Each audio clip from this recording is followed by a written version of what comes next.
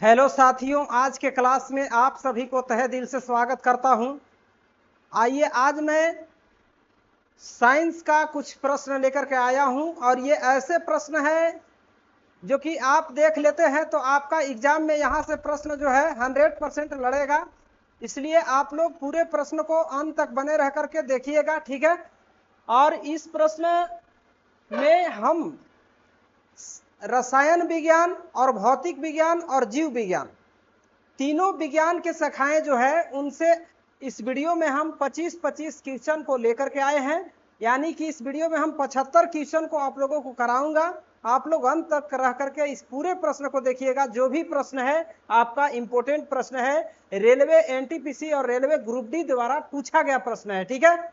इसलिए आपका must important हो जाता है एग्जाम की दृष्टि से। आप लोग अंत बने रह करके इसको पूरे देखिएगा, ठीक है। तो आइए प्रश्न संख्या फर्स्ट करने का प्रयास करते हैं हम लोग। चलिए प्रश्न संख्या फर्स्ट देखेंगे। चलिए यहां पर प्रश्न है, केवल आंसर आपको देखना है। यहां पर क्वेश्चन पढ़ना है साथ साथ और आंसर आपको देखना है डायरेक्ट, ठीक है। ऑप्शन आप चाहें तो पढ़ सकते हैं पूरे ऑप्शन को, लेकिन हम केवल और केवल आंसर बताएंगे, ठीक है।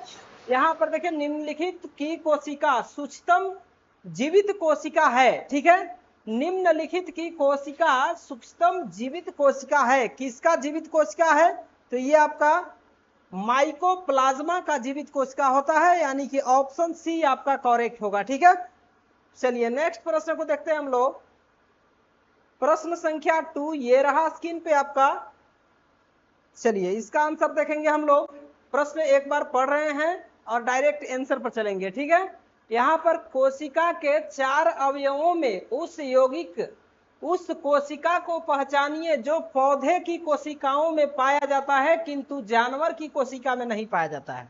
देखिए ये प्रश्न आपका आरआरबी चेन्नई टीसी परीक्षा 2005 में पूछा गया प्रश्न है, ठीक है। तो इसका आंसर क्या होगा?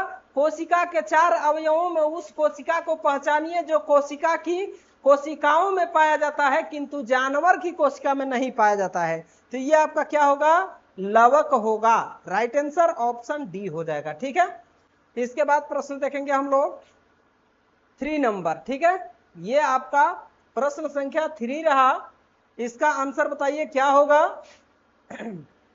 चलिए क्वेश्चन है कि जब किसी पुष्प का पराग उसी पौधे के परागन प्रकार के वर्तिकाग्र में है तो अंतरिम कर दिया जाता है तो उसे क्या कहा जाता है, ठीक है। तो इस प्रश्न का आंसर जो होगा स्वयुग्मन होगा, यानी कि ऑप्शन ए करेक्ट होगा, ठीक है।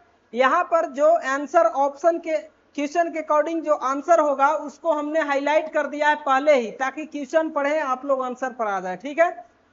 चलिए इसके बाद यहां पर देखिए इस तरह से आपका क्वेश्चन नंबर 4। ये प्रश्न जो है आपका आरआरबी गोरखपुर असिस्टेंट ड्राइविंग परीक्षा 2006 में पूछा गया प्रश्न है। यह प्रश्न है कि पौधों में गैसों का विनिमय किसके द्वारा होता है। तो पौधों में गैसों का विनिमय किसके द्वारा होता है? उपरोक्त सभी के द्वारा, यानी कि स्टोमेटा और लेंटिकुलस और क्यूटिकल, ये तीनों जो है इसके द्वारा क्या होता है? पौधों में गैसों का विनिमय होता है। इसके बाद प्रश्न देखेंगे हम लोग 5 नंबर। ये देखिए प्रश्न संख्या 5 है आपका। इसका आंसर बताइए क्या होगा। चलिए इस प्रश्न का आंसर तो आप देख ही लिए होंगे, लेकिन क्वेश्चन पढ़ रहे हैं हम लोग। क्लोनिन पद निम्नलिखित से संबंधित होता है, यानी कि क्लोनिन पद किससे संबंधित है? तो ये आपका जनन विज्ञान से संबंधित है। किससे संबंधित है? जनन विज्ञान से संबंधित है, ठीक है। इसके बाद हम लोग देखेंगे प्रश्न संख्या 6। ये रहा आपका स्क्रीन पे। बताइए इस प्रश्न का आंसर क्या होगा। यदि आप मेरे चैनल पर पहली बार हैं और यदि आप लोगों को ये प्रश्न अच्छा लग रहा है तो आप मेरे चैनल को सब्सक्राइब कीजिए और इस तरह से बेल आइकन को भी ऑन कर दीजिएगा, ठीक है, ताकि जो भी मैं वीडियो अपलोड करूं उसका नोटिफिकेशन सबसे पहले आप तक पहुंच पाए। तो इसका देखिए आंसर क्या होगा। क्वेश्चन है कि बच्चों का लिंग मुख्य रूप से निर्भर करता है, मतलब बच्चों का लिंग मुख्य रूप से किस पर निर्भर करता है? तो ये आपका पिता पर करता है, ठीक है, पिता पर करता है, यानी कि ऑप्शन ए करेक्ट होगा। इसके बाद प्रश्न देखेंगे हम लोग 7 नंबर। बताइए इसका आंसर क्या होगा। तो आंसर तो आप देख ही लिए होंगे, लेकिन चलिए प्रश्न को पढ़ते हैं। कह रहा है कि परागण के लिए निम्न में से कौन सा तत्व आवश्यक नहीं है। तो परागण के लिए निम्न में से कौन सा तत्व आवश्यक नहीं है, इसका आंसर बताइए क्या होगा। तो ये आपका हो जाएगा आग। क्या हो जाएगा, आग। इंग्लिश में फायर बोलते हैं, ठीक है। इसके बाद प्रश्न देखेंगे हम लोग 8 नंबर। बताइए इसका आंसर क्या होगा। चलिए इस प्रश्न का आंसर हम लोग देखेंगे। यहां पर प्रश्न है कि आधुनिक आनुवांशिकता का सिद्धांत किसने दिया था। ठीक है, आधुनिक आनुवांशिकता का सिद्धांत किसने दिया था। तो ये आपका गेगर मेंडल ने दिया था। याद रखिएगा, गेगर मेंडल आपका राइट आंसर होगा। इसके बाद प्रश्न देखेंगे हम लोग 9 नंबर। ये लगा आपका स्क्रीन पे, ठीक है। चलिए इसका आंसर बताइए। प्रश्न है कि कोशिकाओं में तत्कालीन ऊर्जा उत्पादन के लिए निम्नलिखित में से एक लिया जाता है। ठीक है, कोशिकाओं में तत्कालीन ऊर्जा उत्पादन के लिए निम्नलिखित में से एक को लिया जाता है। मतलब किसको लिया जाता है, तो ग्लूकोज लिया जाता है। ऑप्शन डी करेक्ट होगा। इसके बाद प्रश्न देखेंगे हम लोग 10 नंबर। ये रहा आपका प्रश्न संख्या 10। बताइए इसका आंसर क्या होगा। चलिए इसका आंसर हम लोग जानने का प्रयास करेंगे। यहां पर देखिए आरआरबी गोरखपुर असिस्टेंट परीक्षा 2006 में ये प्रश्न आया था। ठीक है, चलिए इसका आंसर हम लोग करेंगे अभी। प्रश्न है आपका कि कोशिका गतिविधियां नियंत्रित की जाती है। मतलब कोशिका की गतिविधि नियंत्रित की जाती है किसके द्वारा, तो ये आपका न्यूक्लियस के द्वारा किया जाता है। ऑप्शन डी करेक्ट होगा। इसके बाद प्रश्न देखिए आप, प्रश्न संख्या 11। चलिए ये प्रश्न देखिए इंपॉर्टेंट प्रश्न है। ये आपका रेलवे का जो अभी एग्जाम हो रहा है एनटीपीसी का, उसमें पूछा जाएगा। और ये वीडियो जो है केवल एनटीपीसी के लिए ही नहीं, बल्कि ग्रुप डी एग्जाम, अभी आपका एनटीपीसी का एग्जाम हो रहा है, जैसे ही खत्म होगा ग्रुप डी का एग्जाम लिया जाएगा रेलवे के द्वारा, और उसमें ये प्रश्न जो है संभावित प्रश्न है उसके लिए भी। ठीक है, इसलिए जो एनटीपीसी का एग्जाम दे रहे हैं उनके लिए तो मस्ट इंपोर्टेंट है ही, लेकिन जो ग्रुप डी का तैयारी कर रहे हैं उनके लिए भी ये वीडियो इंपॉर्टेंट वीडियो है। ठीक है, इसके बाद देखिए हम लोग पढ़ेंगे यहाँ पर क्वेश्चन नंबर 11, पौधा कोशिका का पावर हाउस किसे कहा जाता है। ठीक है, चलिए वीवीआई प्रश्न, सुपर वीवीआई। ठीक है, तो सुपर वीवीआई प्रश्न है। यहाँ पर देखिए पौधा कोशिका का पावर हाउस किसे कहा जाता है, तो ये आपका माइटोकॉन्ड्रिया को कहा जाता है, याद रखिएगा। चलिए यहाँ पर सब्सक्राइब कर दीजिए और ये आपका बेल आइकन ऑन कर दीजिए। यदि आप सब्सक्राइब नहीं किए हैं और मेरे वीडियो को देख रहे हैं तो लगातार देखते रहिए, और लगातार तभी देख पाइएगा जब आप मेरे चैनल को सब्सक्राइब कर पाइएगा। ठीक है, सब्सक्राइब कर दीजिएगा, जो भी वीडियो डालेंगे सबसे पहले उसका नोटिफिकेशन आप तक पहुंचेगा। देखिए अनुवांशिक इकाई है, क्या है, तो ये आपका जीन है। अनुवांशिक इकाई क्या है, जीन है। ठीक है, इसके बाद प्रश्न देखेंगे हम लोग नेक्स्ट नंबर 13 नंबर। चलिए इसका आंसर बताइए क्या होगा। इस प्रश्न का आंसर देखिए, यहाँ पर प्रश्न है कि हम सकल जुड़वा का जन्म तब होता है जब, मतलब हम सकल बच्चा जन्म कब लेता है, जुड़वा बच्चा जन्म लेता है और हम सकल होता है कब, प्रायः एक ही लिंग के होता है। ठीक है, एक ही लिंग के बच्चा जन्म लेता है और जुड़वा बच्चा जन्म लेता है तो हम सकल होता है। यहाँ पर इस प्रश्न का आंसर क्या होगा, प्रायः एक ही लिंग के होते हैं। ये प्रश्न देखिए आरआरबी कोलकाता टीए परीक्षा 2008 में पूछा गया प्रश्न है। चलिए जो भी प्रश्न है आपका रेलवे के द्वारा ही पूछा गया प्रश्न है। इस प्रश्न का आंसर देखिए क्या होगा। देखिए प्रश्न है आपका कि जेनेटिक्स में किसका अध्ययन किया जाता है। जेनेटिक्स में किसका अध्ययन किया जाता है, तो अनुवांशिकता एवं गुणसूत्र का अध्ययन किया जाता है। इसके बाद हम लोग देखेंगे प्रश्न संख्या 15 नंबर। ये रहा आपका स्क्रीन पे। बताइए इसका आंसर क्या होगा। अनुवांशिकी किससे संबंधित है, तो अनुवांशिक जो है ये आपका अनुवांशिकता से संबंधित है। ऑप्शन ए करेक्ट होगा। इसके बाद देखेंगे हम लोग प्रश्न संख्या 16 नंबर। इसका आंसर देखिए क्या होगा। उत्तक विज्ञान में किसका अध्ययन होता है, तो उत्तक विज्ञान में उत्तकों का अध्ययन किया जाता है। ऑप्शन ए करेक्ट होगा। चलिए हम लोग थोड़ा सा फास्ट चलते हैं। प्रश्न संख्या 17 देखते हैं। ठीक है, देखिए कह रहा है कि वनस्पति कोशिका तथा प्राणी कोशिका का अंतर किसकी उपस्थिति से स्पष्ट होता है। ठीक है, वनस्पति कोशिका और प्राणी कोशिका का अंतर जो है किसकी उपस्थिति से, तो ये आपका कोशिका भित्ति से अंतर स्पष्ट होता है। ठीक है, इसके बाद प्रश्न देखेंगे हम लोग 18 नंबर। इस प्रश्न का आंसर बताइए क्या होगा। उत्तक है एक क्या है, तो समान कोशिकाओं का एक समूह को ही उत्तक कहा जाता है। इसके बाद देखेंगे प्रश्न संख्या 19 नंबर। इसका आंसर देखिए क्या होगा।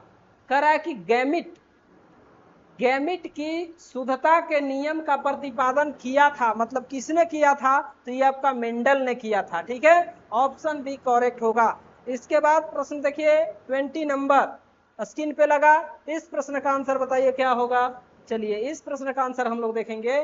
कह रहा है कि निम्न में से किस उत्तक में कठोर कोशिका भित्ति पाई जाती है, तो ये आपका स्क्लेरोकाइमा में पाया जाता है, यानी कि ऑप्शन बी करेक्ट होगा। ठीक है, इसके बाद हम लोग देखेंगे नेक्स्ट प्रश्न। चलिए वही प्रश्न है यहाँ पर देखिए 21 नंबर देखेंगे। 21 नंबर का आंसर बताइए क्या होगा। ये प्रश्न है आपका खाली जगह उत्तक की कोशिकाएं अलग अलग प्रकार के अस्थायी उत्तक बनाने के लिए पृथक होती है, तो इसका आंसर हो जाएगा विभाज्य उत्तक के द्वारा। ठीक है, इसके बाद प्रश्न देखेंगे हम लोग विभाज्य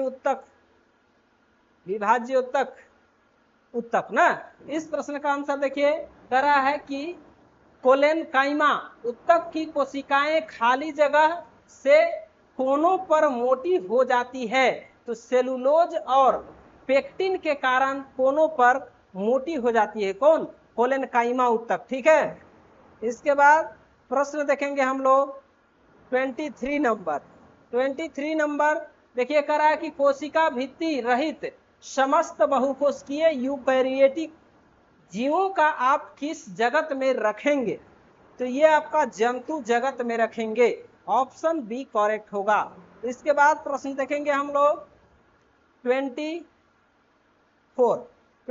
नंबर है। खाली जगह कोशिकाएं ढीली बांधी होती है जिससे उनके बीच बड़े अंतरकोशिकीय स्थान पाए जाते हैं, तो अंतरकोशिकीय स्थान किसमें पाया जाता है, पेरेनेकाइमा में पाया जाता है, यानी कि ऑप्शन बी आपका राइट हो जाएगा। ठीक है, इसके बाद हम लोग देखेंगे 25 नंबर। इसका आंसर देखिए क्या होगा। खाली जगह उत्तक मृत कोशिकाओं के संयोजन से बना होता है, किसके संयोजन से बना होता है, तो स्क्लेरोकाइमा के संयोजन से बना होता है। ठीक है, तो ये प्रश्न था आपका जीव विज्ञान का। अब आइए हम लोग देखते हैं, यहाँ से आपका भौतिक विज्ञान का प्रश्न स्टार्ट होता है, इसको हम लोग करेंगे। ठीक है, यहाँ पर है कि जड़त्व का नियम सर्वप्रथम किसने दिया था, तो जड़त्व का जो नियम है इसको आपका गैलीलियो ने दिया था सबसे पहले। ठीक है, यानी कि ऑप्शन ए करेक्ट होगा। इसके बाद आप देखिए प्रश्न संख्या 2 नंबर, ये भी आपका भौतिक विज्ञान का ही प्रश्न है। चलिए प्रश्न है कि गुरुत्वाकर्षण नियमों के आविष्कारक कौन है, तो गुरुत्वाकर्षण नियमों के आविष्कारक आपका न्यूटन है। ठीक है, न्यूटन के गति का 3 नियम है और गुरुत्वाकर्षण का खोज भी न्यूटन ने ही किया है। इसके बाद प्रश्न देखेंगे हम लोग 3 नंबर। चलिए 3 नंबर प्रश्न कहता है कि रेखीय संवेग संरक्षण के बराबर है, किसके बराबर है, तो ये आपका न्यूटन के प्रथम नियम के बराबर भी होता है, न्यूटन के द्वितीय नियम के बराबर भी होता है, न्यूटन के तृतीय नियम के बराबर भी होता है, यानी कि यहाँ पर कह रहा है कि इनमें से कोई नहीं, यानी कि ये तीनों जो है आपका रॉन्ग हो जाएगा। ठीक है, यहाँ पर तीनों क्या हो जाएगा, रॉन्ग हो जाएगा, कोई नहीं होगा इसमें से। चलिए प्रश्न देखेंगे हम लोग 4 नंबर। चलिए 4 नंबर प्रश्न कहता है कि व्यक्ति का भार उस लिफ्ट में अधिक होगा जो, देखिए व्यक्ति का भार उस लिफ्ट में अधिक होगा जो ऊपर की ओर त्वरित होने वाला है। ठीक है, ऊपर की ओर यदि त्वरित होगा तो उस लिफ्ट में क्या होगा, व्यक्ति का भार अधिक होगा। ठीक है, इसके बाद नंबर 5 देखेंगे हम लोग।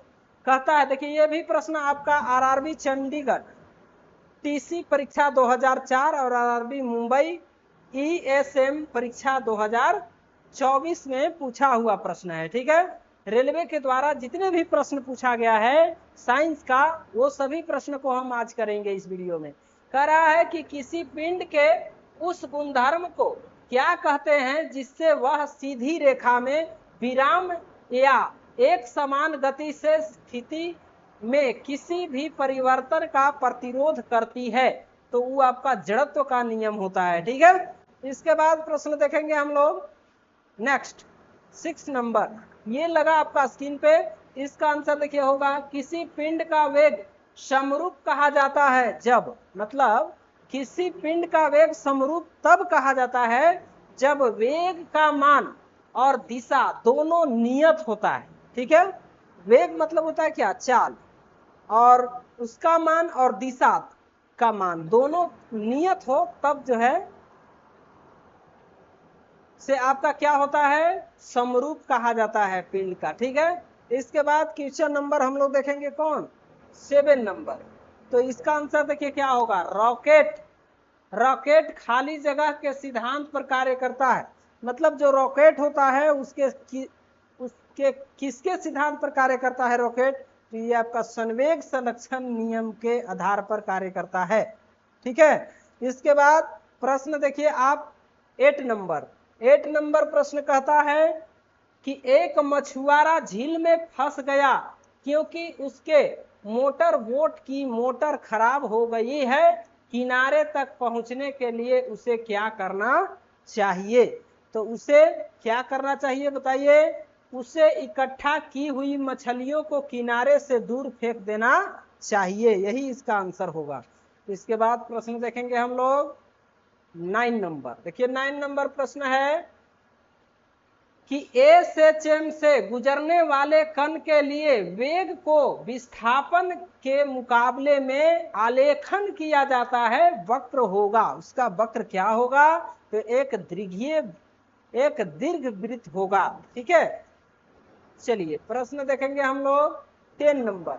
10 नंबर प्रश्न क्या कह रहा है, कह रहा है कि शून्य में स्वतंत्र रूप से गिरने वाली वस्तुओं की समान त्वरण होता है। ठीक है, इसके बाद प्रश्न देखेंगे हम लोग 11 नंबर। ठीक है, 11 नंबर प्रश्न ये देखिए आपका रहा स्क्रीन पे। देखिए कह रहा है कि यदि पृथ्वी के उपग्रह की कक्षा दीर्घवृत्ताकार होती है तो दीर्घवृत्त तल होगा, क्या होगा, तो पृथ्वी के केंद्र से ज्यादा होता है। ठीक है, पृथ्वी के केंद्र से ज्यादा होता है, इसका आंसर होगा। क्वेश्चन नंबर 12 देखिए कह रहा है कि स्प्रिंग का कठिनय है। ठीक है, स्प्रिंग का कठिनय है क्या है, तो स्प्रिंग की भारवाहिका धारिता होता है। ठीक है, इसके बाद प्रश्न देखिए आप 13 नंबर। इसका आंसर बताइए क्या होगा।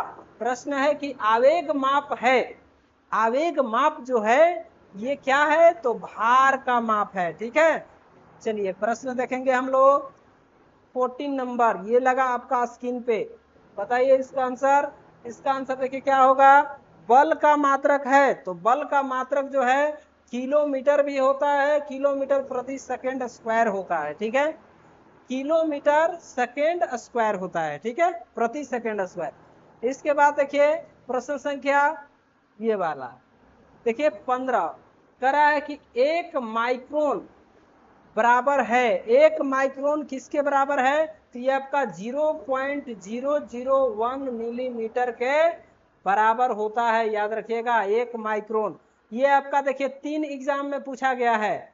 आरआरबी चंडीगढ़ में पूछा गया है, और यहाँ देखिए आरआरबी चंडीगढ़ टीसी परीक्षा 2004 में भी पूछा है, और आरआरबी मुंबई ईएसी में भी पूछा गया है। ठीक है, तो आइए देखते हैं नेक्स्ट प्रश्न नंबर 16। देखिए इस प्रश्न का आंसर क्या होगा। प्रश्न है कि तापमान का एसआई मात्रक है, तापमान का एसआई मात्रक क्या होता है, तो केल्विन होता है। याद रखिएगा आंसर बी करेक्ट होगा। इसके बाद प्रश्न संख्या हम लोग देखेंगे ये वाला, बेहतरीन प्रश्न है। चलिए प्रश्न है कि एक पानी से भरी गिलास के नीचे से कागज को खींचते हैं तो पानी में गति उत्पन्न नहीं होती है। ठीक है, जड़त्व के कारण पानी में गति नहीं होती है, ऑप्शन बी करेक्ट होगा। ठीक है, इसके बाद प्रश्न संख्या हम लोग 18 नंबर देखेंगे। देखिए प्रश्न है कि स्प्रिंग को अपनी, एक मिनट, चलिए प्रश्न है कि स्प्रिंग को अपनी सामान्य लंबाई पर वापस लौटने के लिए लगने वाला बल को कहते हैं। स्प्रिंग जो होता है उसे इस तरह से तान करके और छोड़ देंगे तो अपना मूल अवस्था में आ जाता है, तो वो आता है तो उसका लंबाई वापस लौटता है, तो उसमें कौन सा बल लगता है जिसके कारण वापस आ जाता है? तो ये आपका प्रत्यानयन बल कहलाएगा, प्रत्यानयन बल। ठीक है, प्रत्यानयन बल के कारण ऐसा होता है। इसके बाद प्रश्न संख्या 19 देखिए, इस प्रश्न का आंसर क्या होगा? गतिमान वस्तु में है, ठीक है, गतिमान वस्तु में होती है, क्या होती है? गतिज ऊर्जा होती है। ठीक है, ऑप्शन डी करेक्ट होगा। इसके बाद प्रश्न देखेंगे हम लोग 20 नंबर। देखिए इस प्रश्न का आंसर क्या होगा? चलती गाड़ी में बैठे आदमी की ऊर्जा होगी, क्या होगी? तो गतिज एवं स्थितिज दोनों होगी। ठीक है, गतिज एवं स्थितिज दोनों होगी। ठीक है, इसके बाद प्रश्न देखेंगे 21। इस प्रश्न का आंसर देखिए क्या होगा? प्रश्न है कि क्रिया एवं प्रतिक्रिया, ठीक है, क्रिया एवं प्रतिक्रिया क्या है भाई? तो दो भिन्न विषयों पर कार्य करते हैं, क्रिया एवं प्रतिक्रिया। फिर कह रहा है कि समान परिणाम रखते हैं, फिर कह रहा है कि विरुद्ध दिशाएं रखते हैं, यानी कि तीनों आपका करेक्ट है, सभी सही होगा, ऑप्शन डी करेक्ट होगा। ठीक है, इसके बाद प्रश्न देखेंगे हम लोग 22 नंबर। बताइए इसका आंसर। कह रहा है कि जब किसी गतिमान पिंड की गति दोगुनी हो तब लगने वाला समय होगा यदि दूरी अपरिवर्तित रहे। ठीक है, क्या होगा भाई? तो आधा होगा। ठीक है, चलिए प्रश्न देखेंगे नेक्स्ट प्रश्न हम लोग देखेंगे 23 नंबर।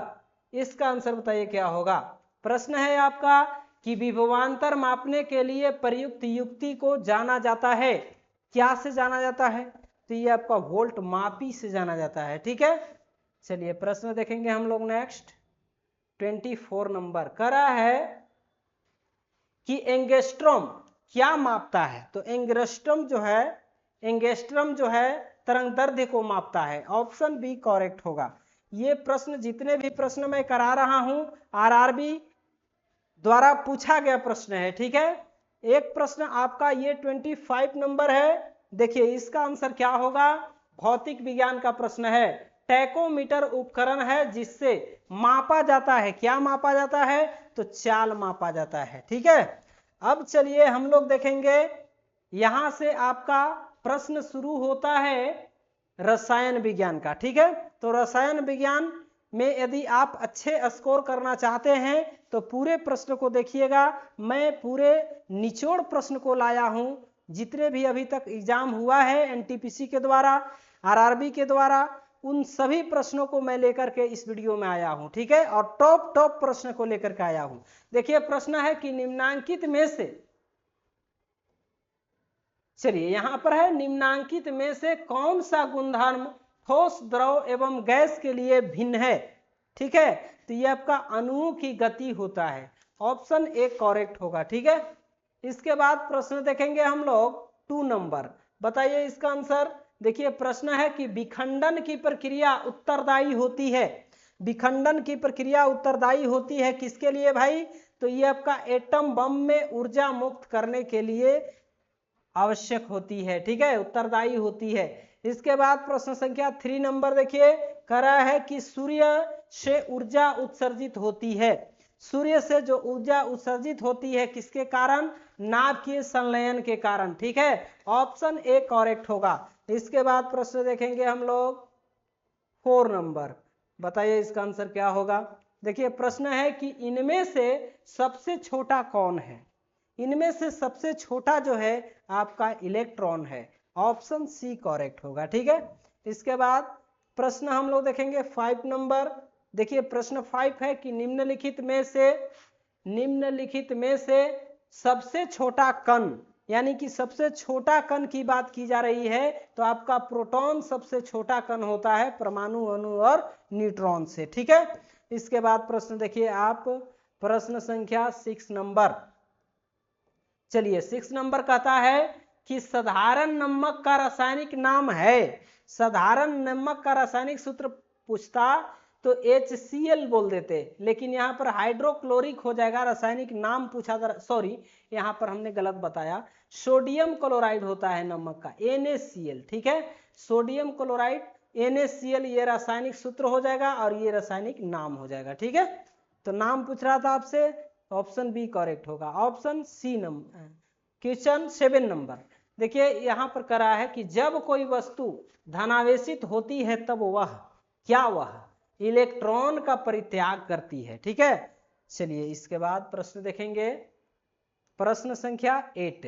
देखिए समभारिक क्या है, समभारिक क्या है, तो समभारिक में होता क्या है कि तत्व का परमाणु द्रव्यमान एवं, देखिए समान परमाणु द्रव्यमान होता है एवं असमान परमाणु क्रमांक होता है, मतलब परमाणु संख्या अलग अलग होता है और परमाणु द्रव्यमान समान होता है, उसी को समभारिक कहा जाता है।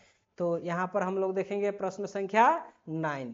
देखिए ये प्रश्न आपका पूछा जा सकता है, कह रहा है कि दो तत्वों की परमाणु संख्या समान है किंतु उनके गुण भिन्न भिन्न है, यह कहलाते हैं, क्या कहलाते हैं भाई, तो यहाँ पर आइसोटोप कहलाता है, ठीक है, आइसोटोप कहलाता है। प्रश्न एक बार फिर से पढ़िए, दो तत्व की परमाणु संख्या समान है किंतु उनके भिन्न भिन्न है, यह कहलाती है, क्या कहलाती है, आइसोटोप कहलाता है। चलिए प्रश्न देखेंगे 10 नंबर, ये रहा आपका प्रश्न। इस प्रश्न का आंसर बताइए क्या होगा। नाभिक में प्रोटॉन की संख्या और न्यूट्रॉन की संख्या के योग को क्या कहते हैं, तो द्रव्यमान कहते हैं, ठीक है, क्योंकि द्रव्यमान जो होता है, द्रव्यमान जो होता है, द्रव्यमान बराबर होता है प्रोटॉन प्लस न्यूट्रॉन होता है, ठीक है। ये आपका कहाँ पाया जाता है, परमाणु के नाभिक में पाया जाता है, ठीक ना, याद रखिएगा। चलिए प्रश्न देखेंगे नेक्स्ट, ये आपका 11 नंबर प्रश्न है, कह रहा है कि उद्दजन, उद्दजन, उद्दजन मतलब हाइड्रोजन परमाणु की न्यूट्रॉन संख्या है, हाइड्रोजन परमाणु में न्यूट्रॉन नहीं होता है, यानी कि 0 हो जाएगा, ऑप्शन सी करेक्ट होगा, ठीक है, केवल प्रोटॉन होता है। इसके बाद प्रश्न देखेंगे हम लोग 12 नंबर, देखिए इसका आंसर क्या होगा, कह रहा है कि निम्न में से किसकी अनुसंख्या तथा अनुभार एक समान होता है, तो ये आपका हाइड्रोजन का होता है, ठीक है। चलिए ऑप्शन ए करेक्ट होगा। इसके बाद प्रश्न देखेंगे हम लोग 13 नंबर, इसका आंसर बताइए क्या होगा, कह रहा है कि नाभिकीय रिएक्टर में, एक मिनट, हाँ चलिए प्रश्न देखते हैं हम लोग, कह रहा है कि नाभिकीय रिएक्टर में भारी जल यानी कि D2O को ड्यूटेरियम ऑक्साइड भी बोला जाता है, का प्रयोग किस रूप में किया जाता है, तो मंदक के रूप में किया जाता है भारी जल का उपयोग, ठीक है। इसको रासायनिक सूत्र पूछता भारी जल का, तो D2O होता, यानी कि ड्यूटेरियम ऑक्साइड रासायनिक नाम है इसका। इसके बाद 14 नंबर प्रश्न है, देखिए कह रहा है कि भारत का प्रथम परमाणु रिएक्टर किस नाम से जाना जाता है, तो भारत का प्रथम परमाणु रिएक्टर जो है ये आपका अप्सरा के नाम से जाना जाता है, ठीक है, याद रखिएगा, ऑप्शन बी करेक्ट होगा। इसके बाद प्रश्न संख्या 15 नंबर, देखिए इंपॉर्टेंट प्रश्न है, देखिए प्रश्न का आंसर क्या होगा, इनमें से कौन सूक्ष्म कण है, सूक्ष्म कण मतलब छोटा सा कण, तो ये आपका हाइड्रोजन कण होता है, ऑप्शन बी करेक्ट होगा। इसके बाद देखिए प्रश्न संख्या 16 नंबर, इसका आंसर बताइए क्या होगा। देखिए प्रश्न है आपका कि हाइड्रोजन में एक इलेक्ट्रॉन लेकर हीलियम का विन्यास प्राप्त की प्रवृत्ति, इस प्रवृत्ति की समानता रखता है, किस, क्या समानता रखता है, हाइड्रोजन से समानता रखता है, ठीक है, ऑप्शन डी करेक्ट होगा। इसके बाद प्रश्न नंबर हम लोग देखेंगे 17, बताइए इसका आंसर, न्यूट्रॉन का खोज किसने किया था, तो न्यूट्रॉन का खोज किसने किया था, ये आपका चैडविक ने किया था। पूछता कि इलेक्ट्रॉन का खोज कौन किया था, तो जे थॉमसन ने किया था, और प्रोटॉन का खोज रदरफोर्ड ने किया था, याद रखिएगा, ये तीनों प्रश्न इंपॉर्टेंट प्रश्न है। इसके बाद प्रश्न देखेंगे हम लोग 18 नंबर, बताइए इसका आंसर क्या होगा।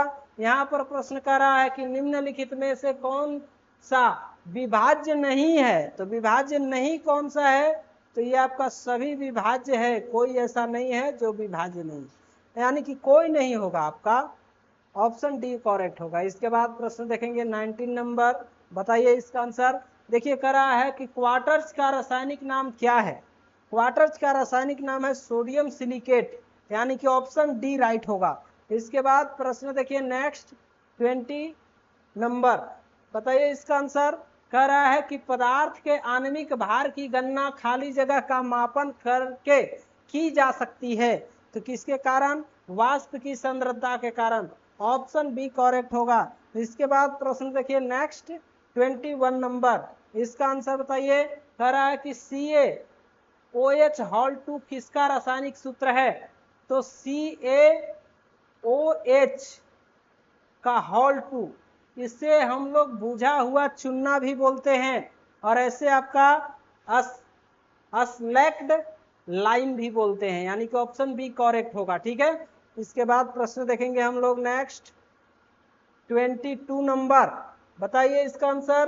प्रश्न है कि इलेक्ट्रॉन की खोज निम्नलिखित में से किसके द्वारा किया गया? अभी जस्ट हमने बताया था, जे थॉमसन ने। ऑप्शन सी करेक्ट होगा। इसके बाद प्रश्न देखेंगे हम लोग 23 नंबर, देखिए इसका आंसर। इलेक्ट्रॉन है, इलेक्ट्रॉन क्या है भाई? तो एक बीटा कण है। ठीक है, एक बीटा कण है। इसके बाद प्रश्न देखेंगे हम लोग 24 नंबर, बताइए इसका आंसर। कह रहा है कि 1899 ईस्वी में अल्फा और बीटा पार्टिकल की खोज किसने की थी? तो ये आपका अर्नेस्ट रदरफोर्ड ने किया था। ठीक है, अर्नेस्ट रदरफोर्ड ने किया था। इसके बाद यहीं पर आपका आज का क्लास समाप्त होता है। आप लोगों को ये वीडियो अच्छा लगा तो आप मेरे चैनल को सब्सक्राइब कर लीजिए, ताकि मैं जो भी वीडियो अपलोड करूं उसका नोटिफिकेशन सबसे पहले आप तक पहुंच पाए। ठीक है, मिलते हैं नेक्स्ट वीडियो में, तब तक के लिए thanks for watching this video. ठीक है।